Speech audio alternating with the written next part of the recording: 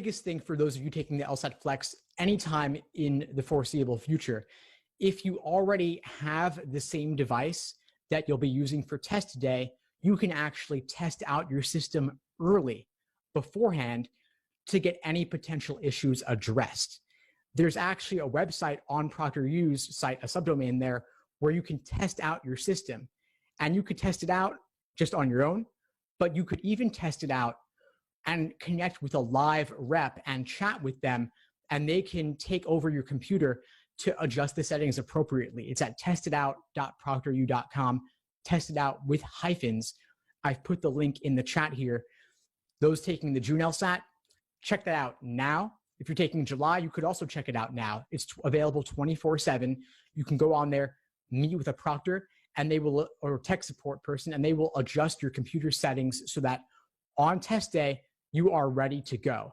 And this is one of those little known things that top scorers do. They are obsessive about noticing all the little details that could derail you on test day, and they plan for those, getting those taken care of beforehand. And I'm getting ahead of myself. I will get into those 10 little known ways, but this one was especially timely given Lsat Flex. I thought I would get into that a little bit. A couple other questions I get a lot related to Lsat Flex are cheating and scoring, and is it harder or is it easier? So I'll knock those out quickly, then we'll get into the meat of the session tonight. So Lsatflex cheating, is it possible? I'd say not really. They're monitoring you with a webcam and a microphone. They're recording everything for later. They're even tracking your eye movements with AI. And so anything suspicious, they flag it, they can look at it later. Yes, there have been a number of cheating attempts over the years with ProctorU for other exams they administered. Like one person tried to use a drone to record the screen and capture exam questions, because a lot of these exams, the exam questions get reused and reused for future tests. So if you could record those questions, maybe you could get an advantage for the future, or someone else, you could sell them those questions and give them an advantage. But ProctorU is on top of all of this, and they're looking to spot little things like this. Somebody else put Post-it notes on their dog to try and have the dog walk around, and they could look at little things that were written on there. I don't know how useful that is for the LSAT in particular, since this is not an exam of memorization, but people get creative. The worst one, though, and this is really the stupidest one of all, is some people would cheat, and then afterwards they would type with their friend over something like GChat or AIM back in the day, and they would talk all about how they cheated, but didn't realize that ProctorU still had access to their computer even after the exam session had just closed. We're still sharing the screen and could see everything that the person had inadvertently confessed to while chatting with their friends. So don't do anything dumb. And especially if you do, don't be even dumber afterwards and do something like that to get caught. It's really not worth it. I got an unrelated question earlier today from a student who was asking about academic dishonesty and how admissions looks at it. And the truth is, they take it extremely seriously. They would probably take an offense related to underage drinking much less seriously than academic dishonesty. Academic dishonesty is much more important to them, because when you are a lawyer, you are admitted to the bar, you are an officer of the court, and ethical issues are to be taken extremely seriously. And so anything related to academic dishonesty, whether it's plagiarism on a paper in college or cheating on an exam, they take that extremely seriously. And it would definitely raise some concerns for them about what might you do in law school if you're feeling stressed out? What might you do as an attorney? So that would certainly warrant an addendum, but it could be a deal breaker for some schools depending on the issue. And so especially, of course, for the LSAT, it's incredibly important. You don't want to be disqualified before you even set foot in the law school. Now, as for whether the LSAT Flex is harder or easier, obviously, if you're taking June, you know you've got Flex. July is highly likely to be a Flex, although they have not announced it yet. If you are not yet registered for a test date and you think you could be ready by mid to late July, you might want to register for the July LSAT now. The deadline's actually on May 28th, just a few days away, and it will likely be rescheduled as a Flex. So it's scheduled for July 13th now. It will likely be rescheduled as a Flex a week or two later. The June LSAT was rescheduled a week later. So something to consider if you think you'll be ready in time. But if you're not sure if you'll be ready in time, or you think it's not that likely, I would hold off and go for August or later instead. Especially August is quite likely to be a Flex as well. Maybe less than June, maybe less than July, but who knows? But the August LSAT currently scheduled for August 29th. If that is rescheduled as a Flex, It may be, again, a week later, which will give you a good couple months to prepare for the LSAT and take it. And if you've been doing a few months already, that could work well. So I'll get into more specifics later if you all would like me to. In the meantime, though, I will share a link to an Lsatflex FAQ I am frequently updating. And I will also share a link to an Lsatflex calculator that lets you estimate your scores taking only 3 sections rather than 4-section exams. Because the Lsatflex, of course, it's 3 sections back to back and you're done, not 4 scored sections plus 1 experimental like it is on the regular LSAT. So I'm happy to take any questions you all have about the Flex or anything else over the course of this discussion. I have my things prepared that I can talk about, but as always, I'm most interested in addressing your specific questions as they come up for you. So feel free to just ask them as you have them, and I will do my best to incorporate them into this conversation. So my thought for tonight is to cover 10 little-known techniques used by top scorers, 10 little-known strategies beyond just the content of the exam. Of course, I already have my study plans. I already have my frameworks and guidelines and such for how to go about LSAT self-study, and of course, how to use the course video lessons in conjunction with the prep test and the articles on my site. But I wanted to go over 10 things that top scorers do that most people don't think about, thinking outside the box a little bit.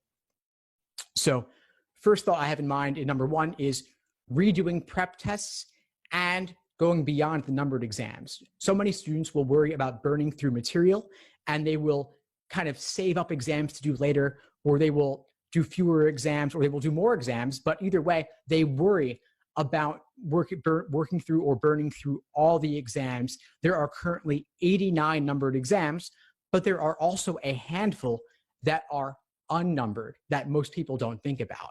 You might be aware of the June 2007 LSAT available for free on LSAC's site. That, of course, is the most well-known unnumbered exam. It is between 51 and 52. But there are also the super prep exams, A, B, and C, as well as C2, that many students don't think of. There's also the February 1997 LSAT, which was never numbered, often known as the official LSAT prep test with explanations. Not numbered, only available out of print and used from third-party sellers on Amazon, but you can go beyond the numbered exams. Regardless, it's incredibly important that you recognize that the value in doing the exams is not simply to measure yourself. It's to review and learn from your mistakes to avoid making them again in the future. So if you get totally obsessed with this exam, which you should if you want a top score, that requires getting your hands on every single LSAT ever released, or at least the majority of them, and then going beyond hunting on Amazon for the third-party seller exams, where you can get more and more of them that are unnumbered and out of print, not that most people don't ever get to. So I'm putting a link in the chat here to the LSAT prep test list of every exam ever released. If you have more time on your hands than most, if you're not taking it in the next couple months, you may want to dig down and find those unreleased exams or those out of print exams. It's useful to redo these exams, not just about measuring yourself. Number 2 is reviewing in depth using what I call the Socratic review method. So the default option that most students take is what I call the obsessive practice exam narrative, where you take exam after exam after exam, you measure your results, you're happy, you're sad about them, and you move on. That's what I did, and that's where I started. Back when I was studying for this exam back in 2005, I took an exam and I got a 152.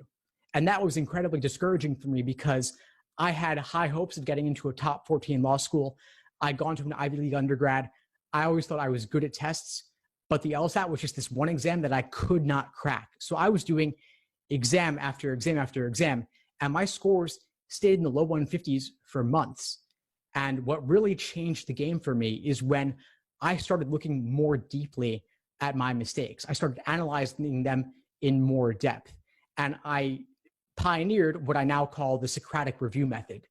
I've evolved it over the years, I've innovated it, but the idea is that you're engaging in this Socratic dialogue or inquiry with yourself, where you're looking to get to the root of what gave you trouble about a problem. So taking logical reasoning, for example, what caused you to have trouble with it? What led to your mistakes?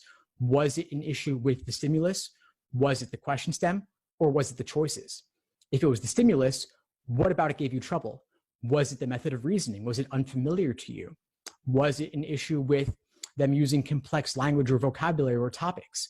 Was it them using annoying conditional indicators like unless, except, until, or without that don't neatly fit within the sufficient indicator list or the necessary indicator list?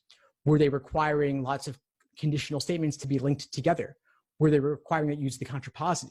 Were they failing to include evidence and conclusion indicator words? Or were they burying the conclusion in the middle? There's lots of little things they can do that will make it tougher to parse or navigate the dense text of the stimulus. But slowing down and figuring out what unique tricks and traps you are uniquely prone to falling for can help you avoid making those same mistakes in the future. If your mistake comes from the question stem, was it unfamiliar or difficult wording to refer to a common question type? You'll see oftentimes in exams in the 50s, 60s, and up, they refer to flaw questions using unique phrases. They're not simply saying flaw. They're not simply saying vulnerable to criticism. They're breaking out their thesaurus and using less conventional ways to refer to common question types. So figuring out what's giving you trouble there can often pave the way. And finally, the answer choices. You want to look at what was tempting about the wrong answer that made you pick it, and what ultimately makes it wrong, and what was discouraging about the right answer that pushed you away from it, that made it seem unappealing, and what makes it correct in the end. This takes time. It takes a lot of time, and it's not always fun to harp and focus on your mistakes. It's much easier to just take another exam and measure yourself, score it, see your number, track it, and move on to the next exam. I would rather you do fewer exams and review them in more depth, because that's how you learn from your mistakes and avoid making them again going forward. This exam is a test of pattern recognition. And part of the pattern is figuring out what those methods of reasoning are, but the patterns also extend to the tricks that LSAC uses in constructing really tempting wrong answers and really discouraging right answers. And so this process, you have to go beyond just looking at the correct answer, saying, oh, how could I have been so dumb, and moving on. What you really want to do is actually write this out, articulate it, talk it out. And you could also meet with a friend or a coach or a tutor or a study buddy or a study group, but talking it out with somebody, or at least writing it out, is a good way to force yourself to make sure that you really are getting to the root of your problems so that you can avoid making the same mistakes going forward.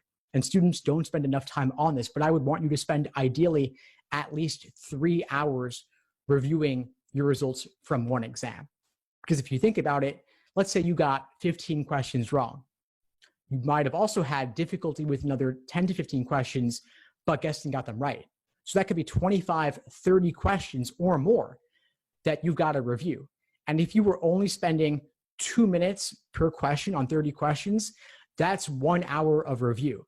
But 2 minutes a question, that's barely more time than you have on exam day itself under timed conditions. And as we know, the exam is very strictly timed. So it's worth spending at least 5 minutes or 10 minutes reviewing a single question. And that could be writing it out, talking it out, watching a video explanation, reading a written explanation, to really get to the root of what your problem was. And you can read or watch explanations from multiple sources. Obviously, I have my written explanations, I have my video explanations, but there are also other ones out there too. If you just Google the question, you may get new insights into how other people are explaining things. I wouldn't use them as a crutch either, though. I would start by looking at your own thought process first and talking it out first or writing it out first and really struggling with the question on your own. But if it would serve you to look at other sources or my sources, by all means, go ahead. Number 3, logic games. Looking at less common types that actually come up quite a bit, because you have ordering games, grouping games, combination games. If you've looked at games at all, you're probably aware of those. But there are also weird curveball games that come up a lot. Almost every exam these days has some sort of logic game that does not fit the mold. And top scorers obsess about the exam enough that they actually go out and do all the weird games specifically, even though they're tougher, even though it may not be as fun, because you're not going to get as many of them right, because by definition, they are unusual in some way. And so simply copying the way others do games, like putting out slots for an ordering game or drawing a T-chart for a grouping game, that won't necessarily work for a weird curveball game. those by definition, what they have in common is that they are unique. So what works on one may not apply to another. What you've got to do is simply recognize that you could be thrown a curveball, but the same general principles will apply as with all games, like making inferences or holding a general rule in your head and applying it consistently over the course of the game. So I have a list of weird curveball games that I will send you here in the chat so you can practice this game type specifically. Of course, this is to do only after you've really mastered the regular games like ordering and grouping and combinations of those. But if you want to go next level, it's worth actually practicing weird games as a category in and of themselves. The other link I've put for you is about rule substitution questions, because these are a type I get asked about all the time, and they're actually easier than many other logic games questions. They only seem weird because they didn't appear until exam 57, which was in 2009, and because you only see them approximately once per exam. And so they appear with just enough frequency to annoy you, but they're still infrequent enough that you may not develop a rhythm or a groove in terms of solving them. And so the way around this is to actually isolate them, divide and conquer, so to speak. So I put together a list of every single rule substitution question that has ever appeared, starting with exam 57 up to present. And you'll notice if you click that link, I actually even included exam C2 from the Super Prep 2 book, because I went to all the unnumbered exams as well. I dig deep to find out all the questions that could possibly be relevant to your prep. And you may not need Super Prep 2 in general because there are enough other exams out there. But if you want to practice rule substitution questions in particular, there are only about 30 of them, give or take, ever. But 30 is enough to drill and practice and master. So practice those as a category by doing the initial setup for the game, making all the inferences, making your diagram, and then skip all the questions and just go directly to the rule substitution question in particular. Do that one question, because you'll see it's like setting up a game. It's like making a main diagram and making related inferences and seeing, is this equivalent or not? Does it lead to similar results or really identical results? Does it lead to a similar looking main diagram that leads to all the same inferences and is no more restrictive and no less restrictive than the original? That link has more guidance on strategies, but I wanted to highlight for you the importance of drilling these as a category because they show up so consistently. And this is one little thing, but enough little things added together actually have a big impact. And it is highly likely that you will see one of these on your exam. With regard to logical reasoning, it's typical to do logical reasoning questions by question stem type, in part because it's easy to categorize that way, and also because it's important to know exactly what they are asking you to do. What is the task at hand? Like strengthen is obviously asking for something very different than must be true. But at the same time, it's not always just about the question stem type. It's also about the method of reasoning in the stimulus. But nobody ever categorizes by method of reasoning because it would require too much analysis and too much depth. And there might also be too many categories for this to even become useful. You could think about causal versus conditional versus fact sets, and maybe you could, defining them broadly, fit everything within one of those three categories. But that would be of limited usefulness. Instead, what I want you to do is simply think about logical reasoning from the perspective of the stimulus rather than only by the question stem. So in addition, think about the method of reasoning as you analyze questions. So for example, if we have an argument saying that we should eat at X restaurant because it has 5 stars on Yelp, we could strengthen that by strengthening the importance of reviews or the validity of reviews. We could weaken it by problematizing the reviews or saying the reviews aren't that relevant. We could also evaluate the argument by asking ourselves, what would make reviews more or less reliable? Or we could set up a parallel argument, not about restaurants and reviews in particular, but about popular opinion and what movie we should watch.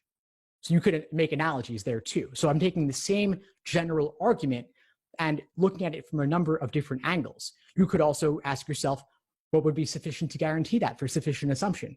What would be an underlying necessary assumption? What would be a potential flaw with that argument.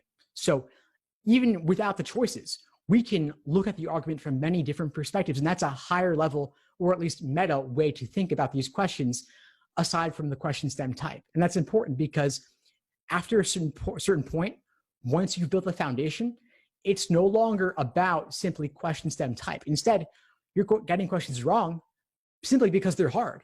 If most of your wrong questions are in questions 16 through 22 in logical reasoning, that makes sense because those are the toughest questions in this section. But you won't notice a whole lot of trends in terms of, oh, I'm getting a highly disproportionate number of weekend questions wrong.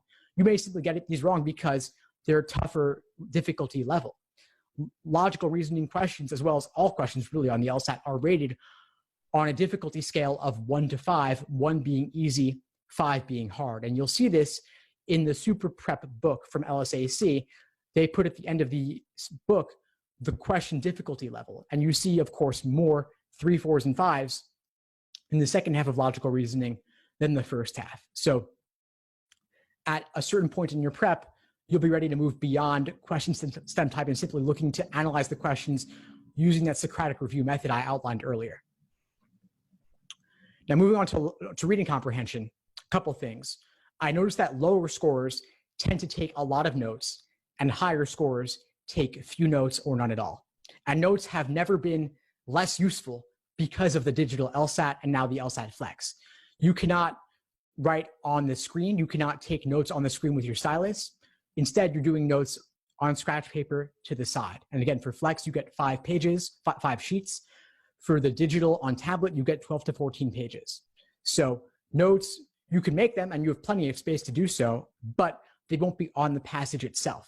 Also, the Flex and the digital LSAT have highlighting and underlining tools, but they don't work that well. They're clunky, they're imprecise. What you try to select will be off a little bit. It won't cover exactly what you wanted. So I wouldn't rely on that. So top scorers are taking few notes or none at all. They're also getting comfortable reading on the screen. So put your books aside, try to get the exams in the digital format. You can get them quite easily from LSAC as part of what's called Official LSAT Prep Plus, aka Law Hub, at lawhub.lsac.org. And this gives you they have a subscription where you can purchase access for $99 a year exclusively from them. More than 60 exams in the digital LSAT format, which is identical to the Lsatflex format. And so you can get used to reading all the passages on the screen. And I'll get more into that later, actually. But the one last thing I want to say on reading comp is you also train yourself to read quickly on the screen. And there are a couple of sites for this. One of them is Spreeder.com. I've typed that link there. And this lets you copy paste in text and display to yourself at different reading speeds. And my reading comp masterclass goes into this more, where I'm actually displaying it and showing you how you can display text at 300 words a minute, 400 words a minute, whatever you want, and increase the speed on yourself over time to get faster as you get more comfortable. But that's a good way to get used to reading dense text on screen, because on test day, that's what you're going to be doing.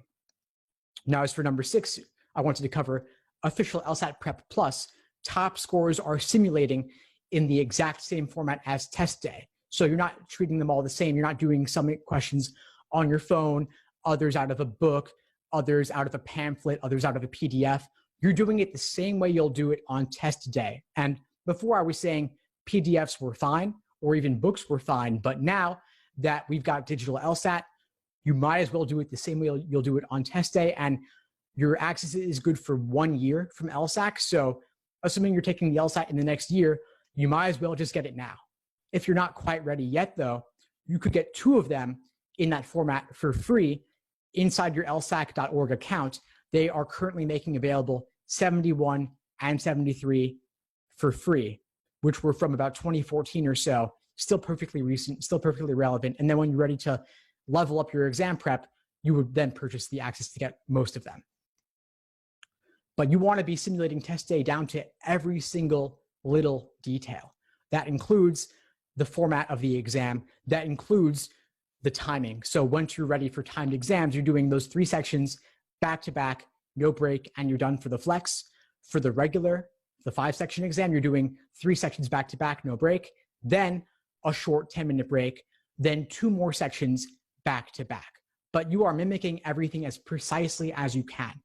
For those taking the June Lsat or the July Lsat, both of which are likely to be a flex, June is definitely, of course, I would be practicing for flex, while for July still considering the possibility of regular. But assuming that you're home anyway, you might as well do it at the same desk. You'll do the actual thing. For flex practice on the same computer, the same device, you'll do the actual thing. And you're even simulating the warm-up. So especially for flex, since all questions are weighted the same and it's only 3 sections, you want to be ready to go since you know every question counts. So before you start your timed exam, you're doing a favorite game, a favorite passage, a favorite couple logical reasoning questions. You're doing those right before you hit start so that you're warmed up and ready to go, because there's no room to get warmed up on test day, given that nothing is experimental and everything counts for real. Number 7, mindfulness meditation to reduce stress and anxiety. I feel like I've said this so much that it's become almost cliche now, but it actually really does make a difference to focus your mind, to train your mind to not wander during the exam. It's too easy to spiral into depression or anxiety when you screw something up or you flag something because you can't get it in the moment. But it's important to recognize that that's natural, that's okay. The LSAT is hard. And sometimes you will encounter a question that you're not sure of. And so recognizing that you're getting bogged down, recognizing that you're not making headway is mindful in a sense. And it requires taking a step back, zooming out, and recognizing that while the LSAT as a whole is incredibly important, no one particular question will make or break you, and no one particular exam day will make or break you. You could always retake. Law schools do not average multiple scores. They only take the highest. And personally, I'll flag questions too. I'll typically flag at least 3 or 4 questions in one logical reasoning section. And I'll flag them, I'll skip them, I'll come back to them later. The digital LSAT makes it, and Flex make it really easy to flag questions and see at a glance what you've done, what you haven't. But I'll flag the tough ones and come back to them because I don't want to deal in the moment. It's just too hard. I'm getting bogged down, not making headway. But with a fresh look coming back later, I might have a new perspective or have at least more time to hammer away, knowing that I've already knocked out everything else. So mindfulness, even just 5 minutes a day, could have an enormous impact over time, even over the next 2 to 3 weeks for the June LSAT, even over the course of a month and a half for the July LSAT and beyond. 3 to 5 minutes a day would make a huge difference over time if you started now. So 5 minutes, just focusing on your breath could be enough, or you could use guided meditations or apps like Calm and Headspace and Waking Up, all incredibly useful. A lot of them are free. I highly recommend checking those out. Number 8, sleep, diet, and exercise. Those are too often neglected, but they're actually really important parts of being at your fullest capacity at 110%, ready to go on test day. And especially if you're at home under quarantine, your schedule might be disrupted. Previous habits like exercise or even a proper sleep schedule may have gone out the window. Try to be as consistent as possible, ideally waking up early if you can, but also trusting that you know best what works for you. But at least consistency makes a huge difference. Getting enough sleep makes a huge difference. With regard to exercise, you may not be able to go to the gym. You may not want to go out running, but there's a ton you can do even just from home, even just doing body weight stuff makes a big difference, because having a mind that's totally sharp also means having your body totally at 100% as well. So take some time to think about what that looks like for you, but don't neglect it. Number 9 is about being obsessed with this exam and learning everything you possibly can about it. And part of that is getting all the exams you possibly can. Part of that involves reviewing in depth. Part of that involves simulating test day to every single little detail, like I said, but it also involves learning everything you can about the exam, how it's constructed, the minds of the people who created it. And there are a few resources for that. One of them is the Super Prep book, also the handbook from LSAC. Those are both actual physical books on Amazon. And Super Prep includes exams, but it also includes LSAC's articulation of how they think about each section of the exam. Obviously, it's worded in a complex way. It is, after all, the test writers. They don't talk or write like ordinary people. They write with a certain degree of precision, with advanced vocabulary, but it's good to see how they think about this exam, even if their logic games, diagramming techniques aren't the cleanest or smoothest. But to get their perspective is extremely useful because they talk in a way that nobody else does. Another source of information about this would be my interviews with a former Lsat question writer. I actually became friends with a guy who used to write actual official Lsat questions, and I've done some written interviews with him on the Lsat blog. I've also done a couple of video discussions with him on the Lsat Unplugged YouTube channel and podcast, where we discussed the digital Lsat, Lsat versus GRE, what goes into training Lsat question writers, how the questions are constructed, what that whole process is like. Extremely important to see that mindset that he has, what he brings to the process, how he lays traps for students, what he thinks makes a difficult question. Obviously, if you're aiming for the 150s or 160s, you don't need to know this, but it's nice to have.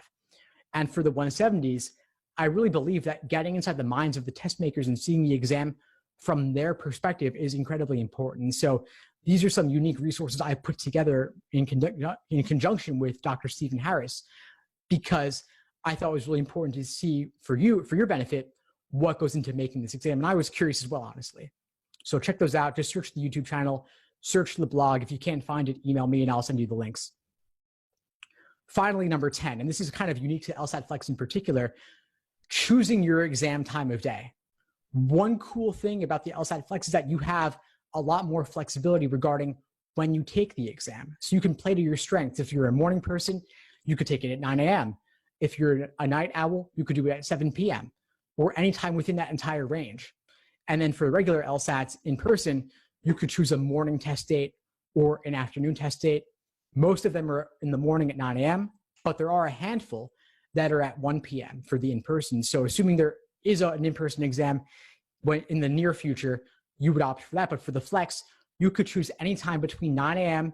and 7 p.m. Eastern time. And those of you on the West Coast, you might do 6 a.m. if you want, or you could do down to 4 p.m. But those are some options there. One little hack I'll share with you for Lsatflex scheduling is that for both the May and June Lsatflex test administrations, you could actually schedule your time before ProctorU and LSAC announced that you could. This was kind of cool. You could get the jump on everybody else and choose your preferred time.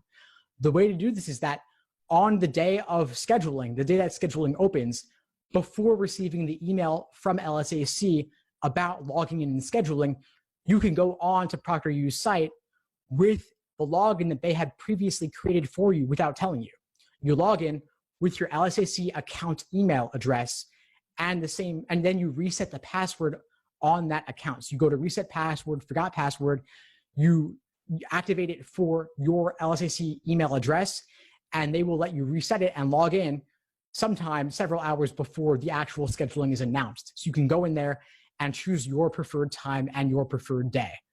And I typically would not choose to be the first one that day because there might be some issues potentially, especially for the May Lsatflex there were.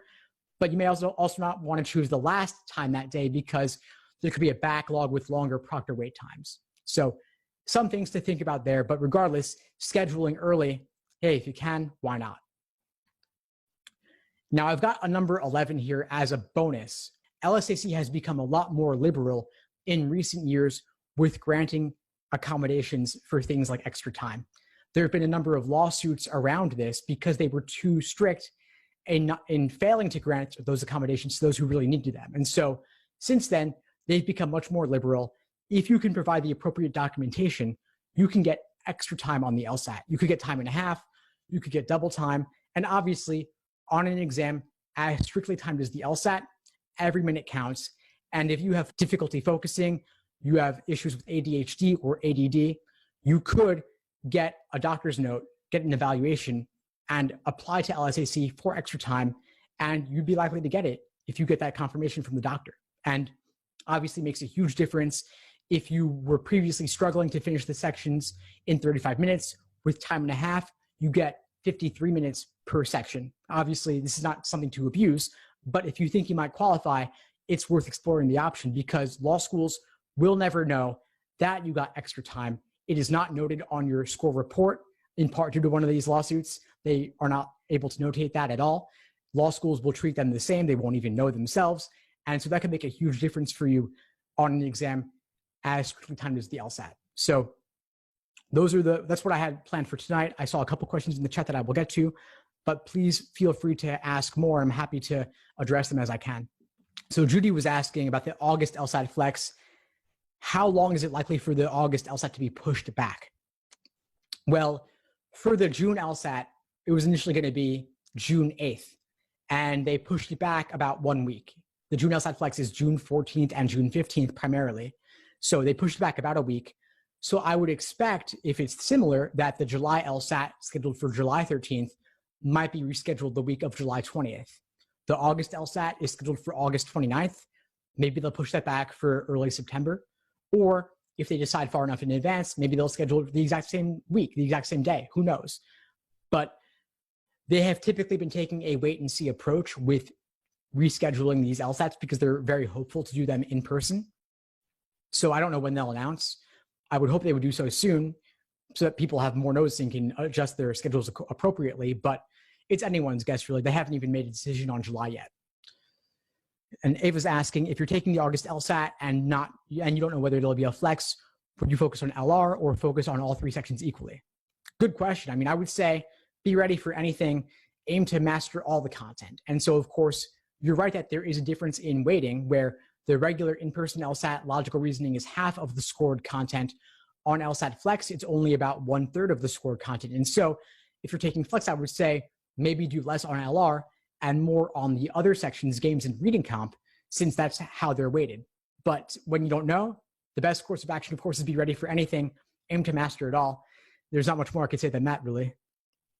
Clark is asking, what's a solid score for the LSAT in general? That's really a matter of personal opinion. It's all relative, right? So if you want to go to a top 14 law school, then a solid score would be high 160s and above. If you're okay with a top 50 school, then 160 could be more than enough for you. It really varies on what your goals are.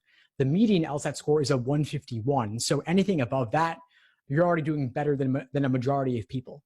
But if you want significant scholarship money or to get into a top school, you probably want somewhere in the 160s at least. But it'll vary based on the medians of the schools that you're looking at. But anything above their median is to your benefit because that can get you scholarship money or that can increase your odds of getting accepted. And scholarship money is the easiest money you'll ever make. Just a few points more on the LSAT gets you $5,000, $10,000, admission to a better school. The ROI on that over the course of your entire career is enormous. I can't overstate it enough, really. It's so important that you put in time for your LSAT prep because your GPA is fairly fixed at this point, most likely, but your LSAT score, you could earn it in one day and make all the difference for your admissions chances. And obviously, you're not studying for it in one day.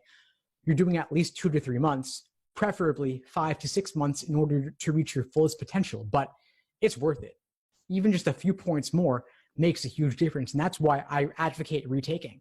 I don't think anybody should apply to law school taking the LSAT only once because through luck alone, you could do a few points better. And law schools don't average multiple scores. They only take the highest. And so if you're aiming for, let's say, the October LSAT, you might as well take the November as well and still apply early enough in the cycle. You would.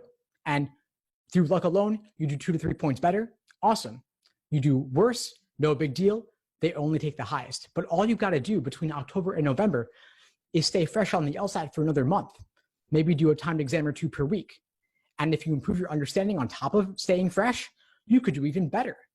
And most people, on average, only improve a couple of points on the LSAT, but 2-3 points is actually a lot. Value of 1 point on the LSAT could be $5,000 if you look at it from the perspective of scholarship money or getting into a better ranked school with better employment outcomes. Again, easiest money you'll ever make. Snay is asking, could you take the July LSAT and still apply for fall 2020? Yeah, you could potentially. I don't see why not. It depends on the school, whether they are still taking applications or not. It'll vary from school to school, but many schools have extended their deadlines more and more to see who else will come along, especially during this pandemic that we're in. A lot of folks are holding off on going to law school. And so schools will dig deeper into their pool of applicants. they will open up later and later applications. And really, why not? I've never understood why deadlines were so early for law school admissions. For business school, they're not. And if you're not starting until the fall anyway, why not take people in August off the wait list if it makes sense from the school's perspective? So I would say look at the individual schools and see what your options are, but also look carefully at what your scholarship opportunities are as well, because it's not something to take lightly. And if you could get more scholarship money or get into a better school by waiting a year, you might not want to do it in the short term, but it could make sense from the long-term perspective. So I would evaluate offers from them very carefully, and remember that you are a hot commodity. They need you more than you need them, especially with all the ambiguity about whether law school will be online this fall or with extreme social distancing, but tuitions are still pretty high. So a lot of folks may not want to start law school under those conditions. You might not mind, it might work for you. You might want to do online, but it's obviously a very different 1L experience for a fairly similar price. And so I would look very carefully at what your options are if you're going to start this fall and see if they're offering you enough money in scholarships or if you're going to a well enough ranked school, and consider negotiating. I would always negotiate, but consider what your other options are, whether it's waiting a year or going to a different school. Leia is asking, how many times is too much for taking the LSAT? So is there a number of retakes that's too many or a number of takes that's too many? Yeah, there is. I'd say that anything more than 4 takes is a little bit much. 3 to 4 is totally fine. 5 or 6 starts to look like you might not be choosing to take the LSAT when you're fully ready or exercising the right judgment about that. But if that's your situation, you could still be okay. Just write an addendum explaining why you took it so many times, especially with the digital LSAT last year, the Flex this year as well.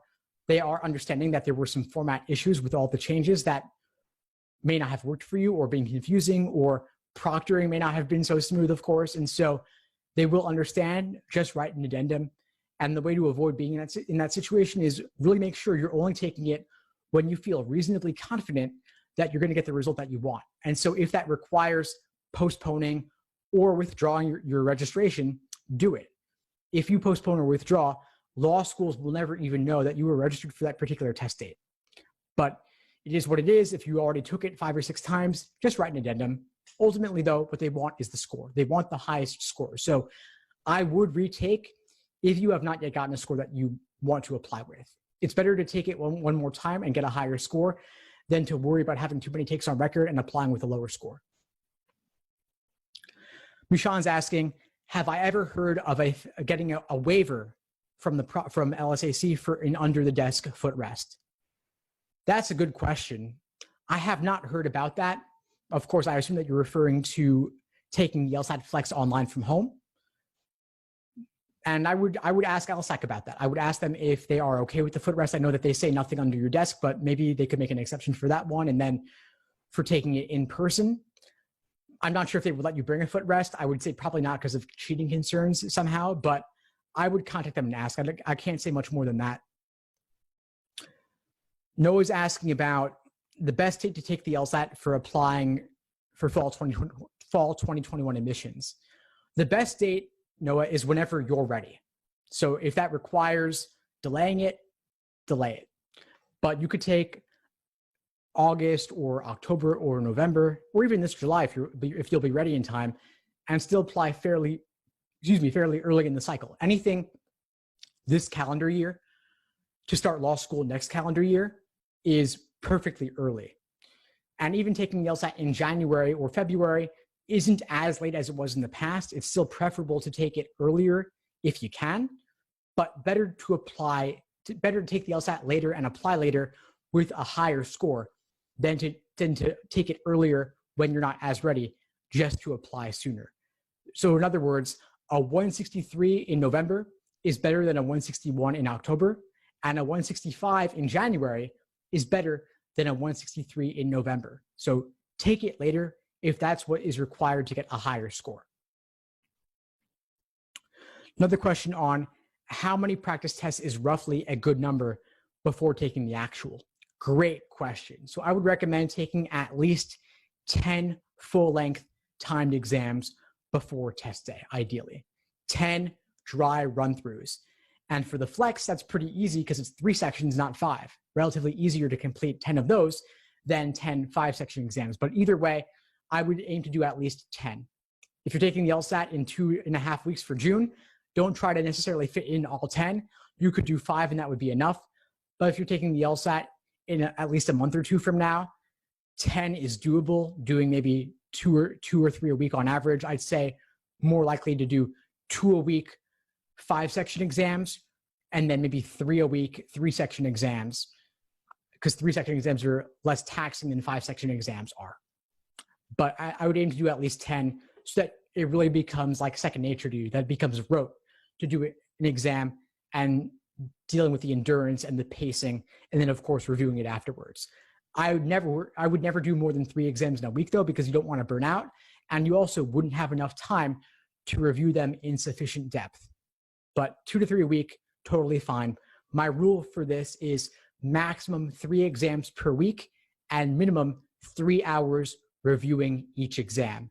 And you're simulating these as fully as possible, meaning strict timing, no breaks. You're not getting up for the bathroom unless it's on the clock. And for the flex, you're not even allowed to get up to go to the bathroom. There are some proctors who have not enforced that rule strictly, but you never know what you're going to get. So I would prepare for the flex that you're not getting up at all, period. You're not leaving the field of view of the camera at all, period. Obviously, for extra time situations, they make exceptions there, but for the regular 35-minute section exam, you're not getting up at all, period, for the flex.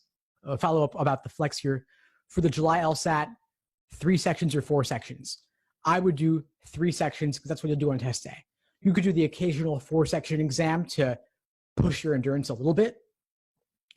And if you're not sure what you're going to get, I would do a handful of 3 sections and a handful of 5 sections exams just to properly simulate either option, because you don't know what you're going to get. Well, if nothing else, I'm going to leave off here for now. I'll again remind you all to keep up with all the latest changes regarding the Lsat Flex. Again, here's the link to the FAQ. And obviously, of course, I have many more lessons on the Flex in the course to check out with dealing with the recent changes, how to navigate them, all the details and such. Please feel free to reach out if you need anything at all going forward. If you need a particular study plan, let me know. If you have questions, let me know. Happy to help. And I'll see you all soon. Be well and good night, everyone. Thanks for all the great questions.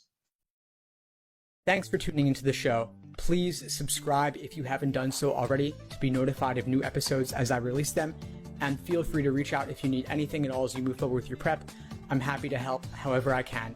In the meantime, I'll wish you all the best and take care.